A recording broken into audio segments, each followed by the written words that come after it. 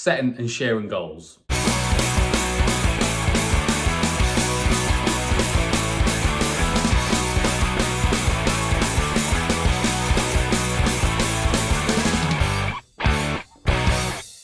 Hey, what's up guys? Hope you're all well. So I'm doing this video all about goal setting, and I planned to do this probably about 6 months ago after I had a conversation with a really close friend of mine about why he sets goals. And I've never been a huge fan of setting goals, and I'm going to tell you the reasons why. I've personally never been a huge fan of setting goals, but I do it. But one thing I never do is share those goals. And I think there is two very different types of goals being set, and more importantly, ways to achieve them and ways to not achieve them. So we all know what goal setting is. It is drummed into us in pretty much every book, every YouTube video, and every social media guru who is out there. You need to set yourself goals. You need to have a plan of action. Fail to plan, plan to fail. And I am not against goal setting. I think it is really good to have aspirations, dreams, and goals, and you go out and achieve them. And I think the power of the law of attraction is so fundamental on how you achieve those goals. But there are a lot of people, probably 9 to every 1 person that achieves the goals who doesn't. And typically it's because they either set goals which are too ambitious, they haven't been thought through, or what I think, that they believe setting the goals and shouting about them is part of the achievement. Now, what do I mean by that? So if you are on Facebook or you are on any social media and you are within any group that is to do with any form of entrepreneurial, wealth creation, business, property, whatever it is, you will see lots of I am going to. That is either I'm going to do this strategy, I am either going to buy this property, I am either going to make £1 million on this deal, I am either going to be X, Y, and Z in a year, 2 years, 5 years time. There is lots of I am going to be. And quite an interesting pattern, because a lot of the individuals who shout from the hilltop about what they're going to do are typically the ones that do not achieve it. That when you set goals that are maybe a little bit too realistic, or that maybe put you on a little bit of a pedestal in your own eyes and maybe some other people's eyes, you believe that is part of the achievement. So sitting down for half a day and writing a load of goals that where you want to be and how you want to do it and all those different things, and then publicly posting it everywhere becomes part of the achievement. And then that good old chimp inside of your brain starts to talk to you. And 6 months, 12 months down the line, you've got a lot of excuses as to why you've not hit those goals. But it's okay, because you've set loads of goals and you've done public posts, so you're going to be held accountable.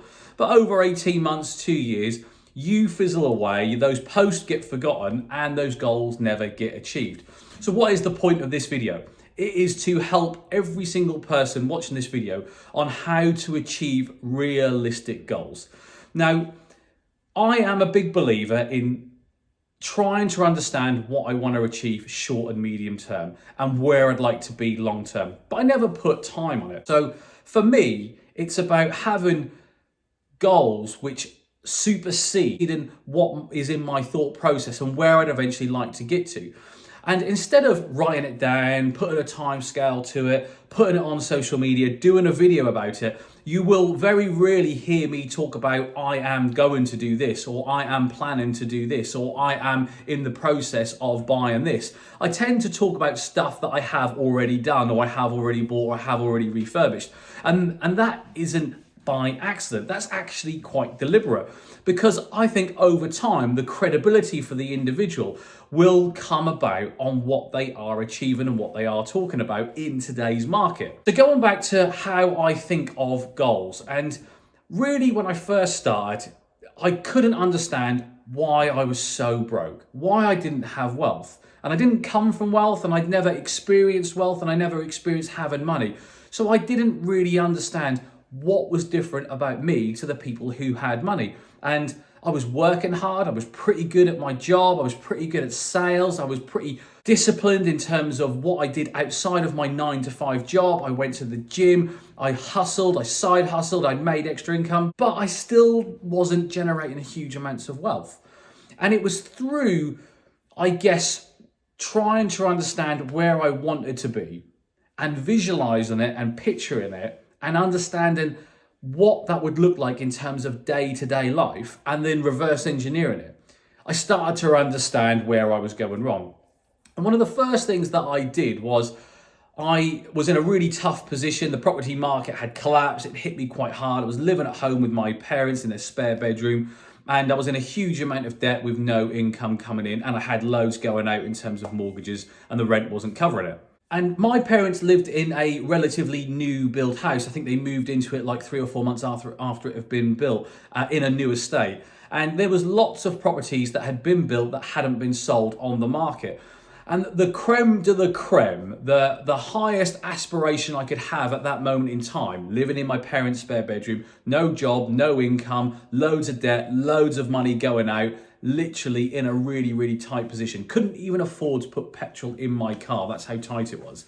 This property that was on the market, lovely Georgian style house, I would dream of owning a house like that, if not that house.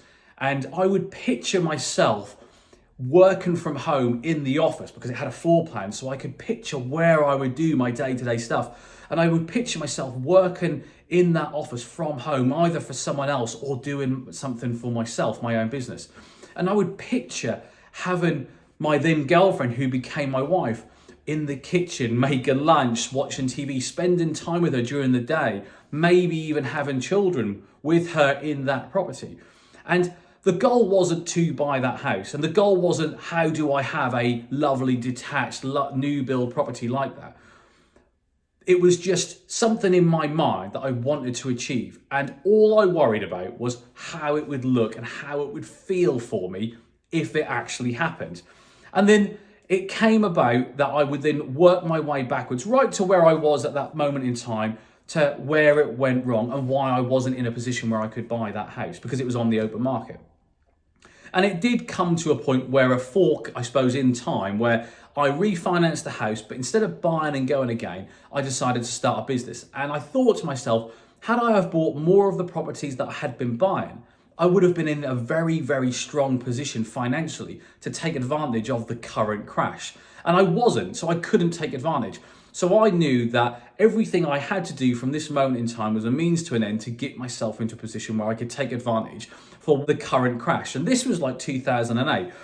So I knew that I needed to get mortgageable, and I knew I needed to get a job to do that. So I set out myself to sell the car I couldn't afford to run anyway, I couldn't afford to even put petrol in it, and to go and get a job which paid well, gave me a company car, and made me very mortgageable. So the company had to be credible.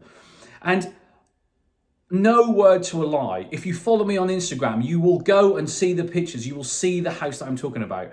3 years later, I think it might have been the second or third property purchase from getting a job in 2008 to 2012, it might have been. I was in a position where I was financially far more secure, very mortgageable, had a few more properties under my belt, was living in a house that I had bought, and it had a huge amount of equity in it, and it had a huge benefit to it, that it could be refinanced to a buy-to-let and rented to students, which was why one of the reasons why I bought this house to live in. And then, no word of a lie, a property came on the market with 2 estate agents completely empty. One of the agents was one that I was working with, so I gave them a call up, and it was the exact property that I'd seen 4 years prior. And I asked them, why was it on the market? Why was it empty? And why was it on for less money than it had sold for a few years earlier? And it was really simple. The person who had bought it had moved to the area, lost their job, and then they were in financial difficulty. So it was now in the hands of the mortgage company, who needed to sell it really, really quickly.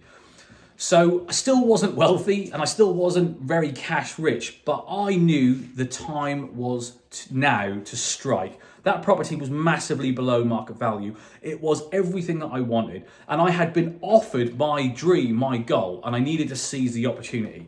The timing wasn't great for me. I wasn't financially very secure, and I definitely didn't have loads of cash in the bank. But what I did have was a very, very good asset, which I'd bought previously and that I was living in. So I quickly maneuvered to flip that onto a buy-to-let, to release the money and use my existing mortgage, port that mortgage across to buy this house. And there was huge amounts of hurdles. Literally, if this wasn't my dream house that I'd thought about and I'd visualized years before, I don't think I would have carried on. It was that hard to buy, but we did buy it for massively below market value. And 6 months later, I was able to refinance it with a better loan, with a better rate, because there was a huge amount of equity in that deal. That's definitely not a massive goal to achieve. Buying a house, you might think, oh, that's pretty, you're probably thinking I could do that tomorrow, and I get that. And don't get me wrong, some of the goals and some of the things that I visualised I've gone on to achieve, and one of them I'm sitting in right now, against all the odds, against massive financial difficulty. But the reason why I use that house as an example is because my view is that if you have a goal, that goal isn't something you should write down, and it's definitely not something you should post all over social media or even talk to other people about. It's something that you should visualize and use the law of attraction to make happen. And if you use the law of attraction and you picture in your mind and you visualize it over and over and over again about how you will sleep in it, how you will cook in it, how you will do work in it, how you will do the garden, how you will have the windows cleaned, how you will park the car in the garage, how you will literally have the carpets cleaned, how you will clean the bathroom, everything, it will eventually happen because you will make it happen. And through the visualization process, you will also discover and learn how to overcome any hurdle when you want to achieve your own goal.